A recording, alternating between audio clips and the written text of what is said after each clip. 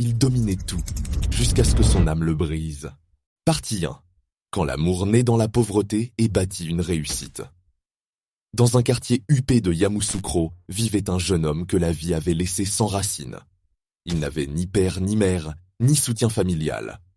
Très tôt, il avait appris à se battre seul, à compter uniquement sur ses mains et sur sa volonté.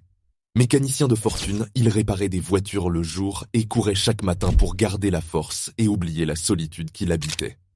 C'est lors d'un de ses joggings qu'il croisa Céline. Elle vendait de la nourriture au bord de la route pour survivre. Elle n'avait pas grand-chose, mais elle avait le cœur généreux.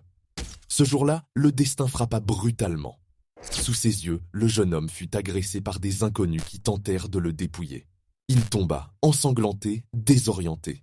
Sans réfléchir, Céline cria de toutes ses forces, attirant l'attention des passants. Elle s'interposa, aida le jeune homme à se relever malgré la peur, appela la police, puis un taxi. Elle l'accompagna à l'hôpital et resta à ses côtés alors qu'elle n'avait rien à gagner. Elle revint même les jours suivants, s'assurant qu'il ne manquait de rien. Le jeune homme, profondément touché par cette bonté rare, commença à lui rendre visite. Il lui apportait à manger, payait ses soins avec l'aide d'un ami mécanicien. Peu à peu, une amitié sincère se tissa, puis un amour humble et solide. Ils étaient pauvres, mais unis. Lui réparait des voitures. Elle continuait à vendre au bord de la route.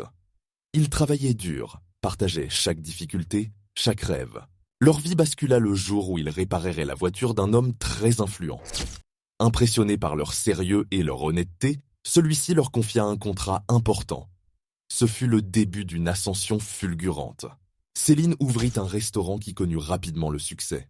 Lui se lança dans l'importation de pièces automobiles et de voitures depuis la Chine.